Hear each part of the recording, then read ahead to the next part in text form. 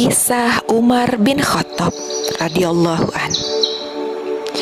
Sayyidina Umar radhiyallahu an merupakan orang ketiga dalam urutan pejuang-pejuang dakwah Islamiyah sesudah Rasulullah Sallallahu Alaihi Wasallam dan Abu Bakar As-Siddiq radhiyallahu an. Umar bin Khattab berasal dari kabilah Quraisy dan bertemu saudara-saudara dengan Rasulullah pada kakek mereka, Ka'ab bin Lu'ay. Umar berasal dari suku Bani Hashim. Semasa kanak-kanaknya, dia penggembala domba milik ayahnya. Maka ketika menjabat sebagai khalifah, dia berkata kepada orang-orang yang berada di sekitarnya dengan rendah hati, "Aku melihat diriku penggembala domba milik ayahku, dan sekarang aku dilihat orang, dan tiada ada di atasku kecuali Allah, Rabb semesta alam." Umar senang berbicara tentang kenikmatan-kenikmatan yang telah diberikan Allah untuknya. Antara lain, karena dia selalu merasa terpanggil untuk berjuang di jalan dakwah. Ia selalu mengakui hal itu sebagai anugerah Allah untuknya.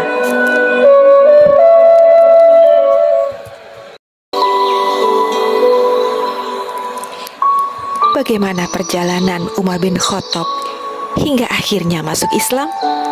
Kita ikuti perjalanan kisahnya.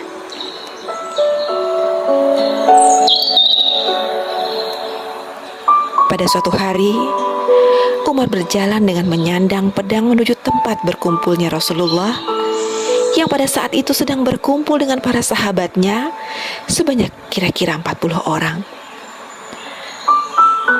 Pada waktu itu, Rasulullah sedang berkumpul dalam sebuah rumah dekat Bukit As-Sofa.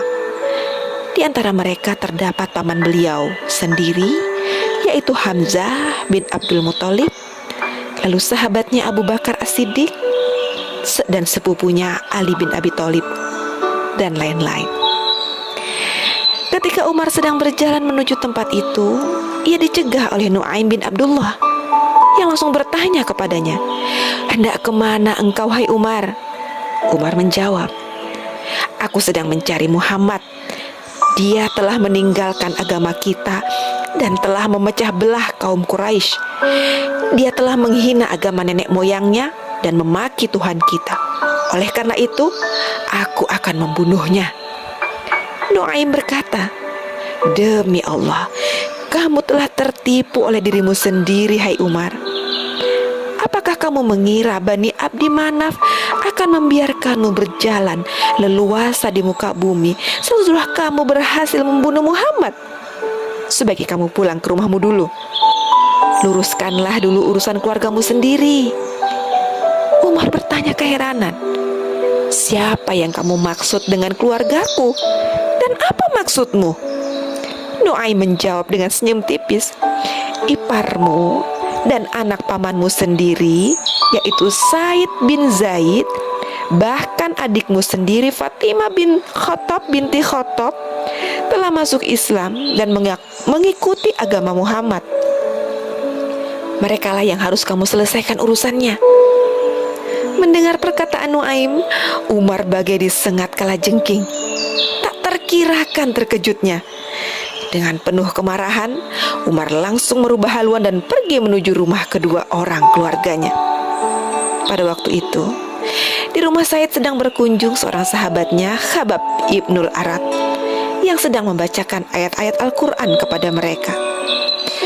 Ketika Umar datang, Fatimah cepat-cepat mengambil lembaran-lembaran yang berisi ayat-ayat tersebut dan menyembunyikannya di bawah pahanya. Padahal ketika Umar mendekati rumahnya, ia mendengar bacaan Khabbab, sehingga Umar bertanya kepada mereka, "Syair apa yang telah aku dengar tadi? Saya telah diberitahu bahwa kalian berdua telah mengikuti agama Muhammad." Setelah berkata begitu, Umar menyerang Said. Melihat suaminya akan dianiaya Umar, Fatimah melompat dan berusaha mencegah. Tapi malah Fatimah yang terkena tamparan Umar sampai kepalanya berdarah. Peristiwa ini bukan membuat ciut hati Fatimah, tapi justru mengobarkan semangat dan keberanian dalam dirinya. Fatimah kemudian berkata kepada kakaknya dengan gagah berani, "Ya benar, demi Allah, kami berdua memang telah masuk Islam dan beriman kepada Allah dan Rasul-Nya Muhammad. Kini kau sudah mengetahuinya kan? Berbuatlah sesuka hatimu terhadap kami. Kami tidak akan gentar sedikit pun."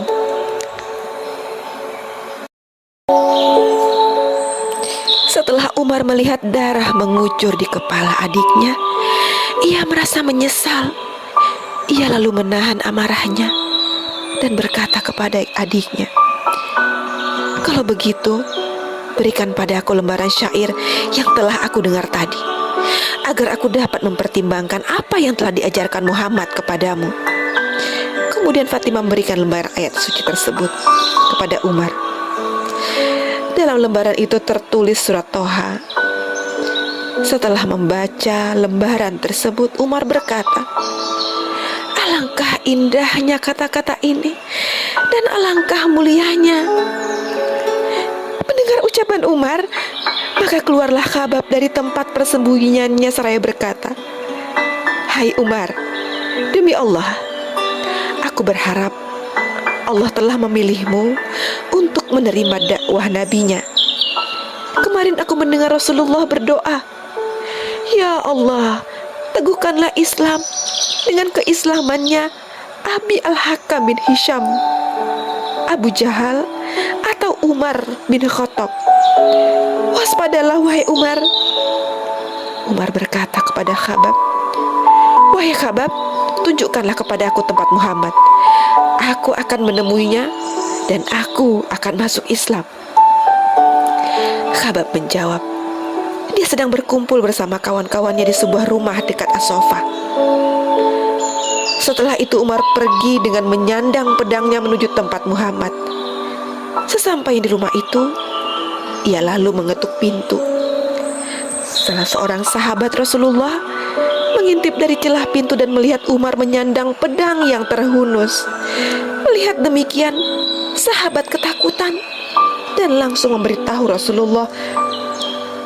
Untuk melindungi Rasulullah, Hamzah bin Abdul Muthalib berkata kepada Rasulullah, "Apakah engkau mengizinkan aku untuk menghadapinya? Kalau dia bermaksud baik, kita ya layani dia dengan baik. Tapi kalau dia bermaksud jahat, maka kita bunuh dengan pedangnya." Mendengar perkataan Hamzah, Rasulullah mengizinkannya. Hamzah lalu menemui Umar di lorong sempit dan meremas bajunya. Ditariknya erat-erat baju Umar seraya berkata, "Apa sebabnya engkau datang ke sini, hai Umar? Demi Allah, tidak akan saya lepaskan engkau sampai Allah menimpakan bencana kepadamu." Umar berkata, "Ya Rasulullah, aku datang untuk beriman kepada Allah dan Rasul-Nya dan kepada apa yang datang dari Allah." Betapa terharu dan leganya Muhammad SAW mendengar pengakuan Umar. Begitu pula para sahabat. Muhammad memang berharap dia mendapat hidayah dari Allah Ta'ala. Beliau mempunyai firasat Umar memiliki potensi besar. Jiwanya hidup, kepribadiannya mulia, dan ia siap menerima segala kebaikan. Allah Ta'ala mengabulkan doa Rasulullah yang meminta agar Allah memberi hidayah kepada salah seorang dari kedua tokoh yang terpengaruh dan disegani, yaitu Umar bin Khattab atau Amr bin Hisham, atau yang biasa disebut Abu Jahal. Akhirnya Allah memberi hidayah kepada Umar bin Khattab. Allah Subhanahu wa Ta'ala telah menyelamatkan Umar dari jurang syirik menuju kepada kemuliaan Islam. Inilah pertama kalinya cahaya keimanan menyinari dan membuka hati Umar. Bagi Umar, ayat-ayat Al-Quran adalah rahasia hidayah, penggerak dan menghidup hatinya.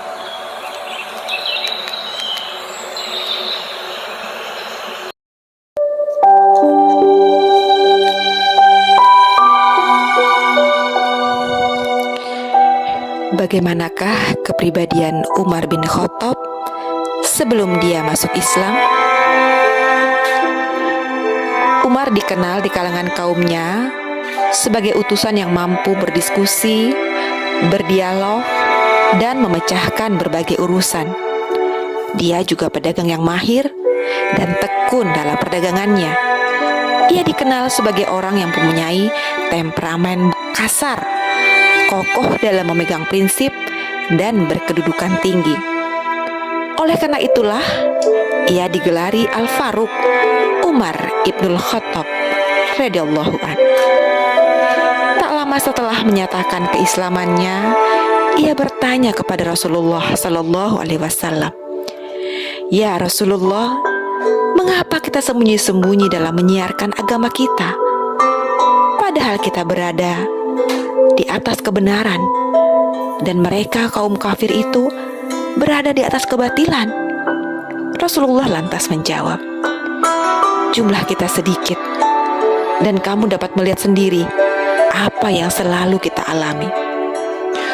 Umar berkata lagi, "Demi yang mengutus engkau dengan hak, aku berjanji bahwa di tiap-tiap tempat yang pernah aku sebarkan kekafiran, akan aku datangi untuk menyebarkan keimanan."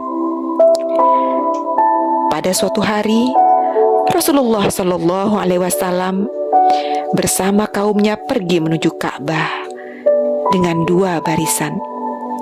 Barisan pertama dipimpin oleh Hamzah dan barisan kedua dipimpin oleh Umar.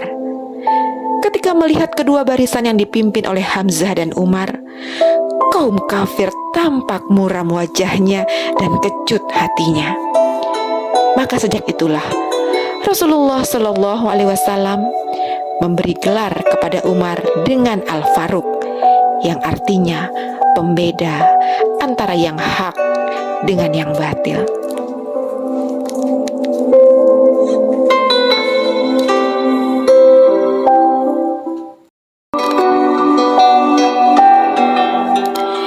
Ketika kaum muslimin hijrah ke Madinah, mereka seluruhnya meninggalkan kota Mekah secara sembunyi-sembunyi, kecuali Umar.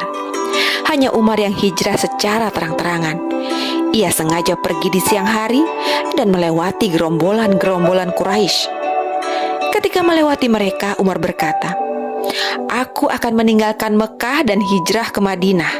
Barang siapa yang ingin menjadikan ibunya kehilangan putranya atau ingin anaknya menjadi yatim, silahkan menghadang aku di belakang lembah ini." Mendengar perkataan Umar yang gagah itu, tidak seorang pun yang berani membuntuti, apalagi mencegah Umar. Itulah kekuatan yang dimiliki Umar sejak awal keimanannya sampai dalam mengarungi seluruh kehidupannya. Di zaman seperti ini, alangkah butuhnya kita memiliki orang yang berkekuatan seperti Umar. Kuat jiwa raganya dan kokoh kepribadiannya. Karena Allah senang kepada orang-orang yang berjiwa kuat dan benci kepada orang-orang yang berjiwa lemah. Apa yang dapat membangkitkan kejayaan Islam adalah apa dan bagaimana yang pernah dikerjakan kaum muslimin terdahulu. Kaum muslimin yang ada dewasa ini seperti anak-anak yatim menghadapi hidangan kaum yang rakus dan keji. Tidak ada yang menyayangi dan mengasihi kecuali hanya kekuatan mereka sendiri.